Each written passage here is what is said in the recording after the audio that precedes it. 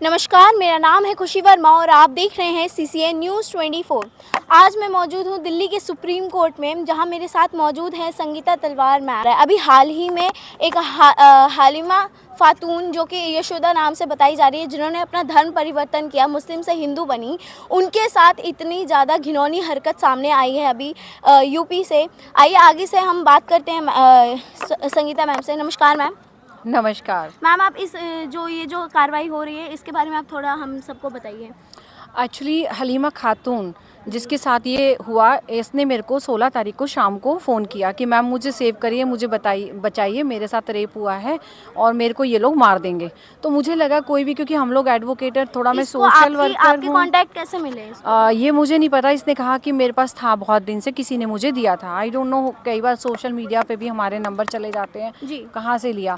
फिर 17 को, क्योंकि हम अम्बेडकर भवन में, अम्बेडकर हॉस्पिटल में कुछ लड़कियों के साथ छेड़छाड़ हो गई थी, तो हम उसमें थोड़ा बिजी थे। 17 को फिर कॉल आया, तो मैंने कहा कि मैं कल आपको आके मिलती हूँ, क्योंकि आज तो मैं बिजी हूँ, तो कल मैं मिलती हूँ, क्योंकि मुझे भी नहीं पता था क्या सच्चाई है, क्या है क्या नहीं है। 17 को फिर मैंने अरेंज किया किसी तरीके से कि कहाँ पर ये हुआ है और क्या मामला है, और वहाँ के SHO का नंबर मैंने 112 से निकाला और SHO से बात की, तो उन्होंने बोला कि मैडम मैं शाम को मिल सकता हूँ 5 बजे, मैं दिन में नहीं मिल सकता जी। तो मैंने कहा मैं उनकी एडवोकेट हूँ और मैं आपसे कल मिलना चाहती हूँ। मेरी ये बात उनकी 16 तारीख की रात को हुई, तो उन्होंने बोला आप मैडम सुबह बात करिएगा, अभी बात मत करिएगा। तो कल बात की 17 को, तो उन्होंने बोला कि आप शाम को मिलिए। जब मैं शाम को उनसे मिलने के लिए गई, तो उन्होंने बताया कि लड़की को तो यूपी भेज दिया गया। तो मैंने कहा आपने ऐसे कैसे भेजा, जब मैंने आपको कल कहा कि मैं उसकी एडवोकेट हूँ और अब मैं उससे मिलना चाहती हूँ। तो फिर नेक्स्ट डे फिर से मैंने उन्हें कॉल किया, तो तब उन्होंने बोला कि मैडम लड़की वापस आ गई है और लड़की को जो है यहाँ पर भगवान दास 6 नंबर पे एक NGO है, वहाँ पर रखा गया है जी। फिर मैं वहाँ गई, तो वहाँ इससे मेरी बात हुई और उसके बाद हम लोग 30 हज़ारी लेकर के गए और 30 हज़ारी में हमने बड़े मुश्किल से 164 केस के बयान कराए।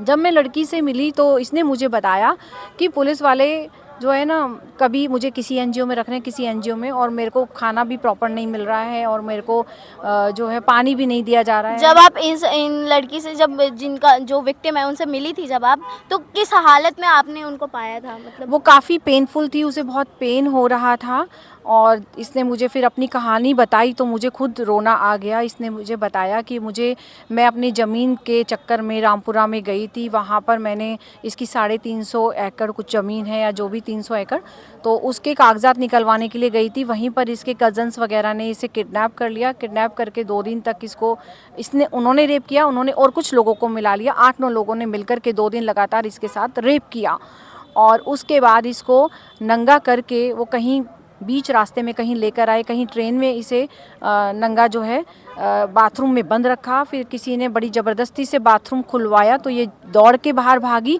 तो डिब्बे के अंदर भागी, तो ये खून से लथपथ थी, क्योंकि इसे बेल्टों से भी मारा गया था, क्योंकि इसके पास टैटू है शिव जी का, और ये कन्वर्ट हो गई थी। इसने अपना नाम यशोदा रख लिया था। और कन्वर्ट क्यों हुई थी मैम? क्योंकि इसका जो पीछे परिवार है, मतलब वो कट्टर मुस्लिम हैं और इनकी मदर ने कुछ मंदिर देने के लिए ज़मीन दे दी थी कि मंदिर के लिए हमारी ज़मीन यूज़ कर सकते हो, तो उनके साथ अत्याचार होने शुरू हो गए। तो उन्होंने कहा ऐसा मुस्लिम समाज किस बात का, जो हमें कहते हैं बुर्खा में रहना है और हमारे साथ ही अत्याचार करते हैं। इसकी मदर के साथ भी इसने बताया कि रेप हुआ है और बहुत कुछ मतलब इसके साथ हुआ। इसकी बहन पुलिस तक नहीं गई ये बात? पुलिस को नहीं बताया गया ये चीज़? इसकी रामपुरा में आई थिंक एक FIR है लास्ट ईयर भी इसको नंगा कर दिया गया था। लास्ट ईयर भी मुझे लगता है कि हमारी पुलिस जो है सो रही है, क्या कर रही है आई डोंट नो। वो खुले घूम रहे हैं जी, खुले घूम रहे हैं। तो ऐसे लोगों को क्यों नहीं सज़ा दी जाती है? सख्त से सख्त ऐसे लोगों को सज़ा दी जानी चाहिए। जैसा इसने बताया कि मस्जिद में गलत काम हो रहे हैं, मौलाना जो इनके भाई हैं, कज़न हैं, वो भी गलत काम कर रहे हैं। तो इस तरह की वारदात हो रही हैं। मुझे बड़ा दुख हुआ, मैं इसके साथ दिल से अटैच हुई। इनफैक्ट मैं जब ये रामपुर गई है और फिर उसके बाद IS ने फिर मुझे आधी रात को फ़ोन किया 11:30-12 बजे, मैम मुझे बचा लीजिए, मेरे को बहुत पेन हो रहा है। मुझे सारा दिन इन्होंने खाने के लिए कुछ नहीं दिया, रामपुरा मुझे ले गए, मुझे वापस ले आए, लेकिन मैं पता नहीं कर पाई क्योंकि इसका फ़ोन छीन लिया गया। ये कहाँ पर है, क्या है, मैं कैसे पहुँचूँ? पूरी रात में परेशान रही। सुबह 6:30 बजे से फिर से मैंने कॉन्टैक्ट करना शुरू किया कि मैं किसी तरह से लड़की को ढूँढूँ, लड़की के पास पहुँचूँ और इसकी मैं हेल्प कर पाऊँ।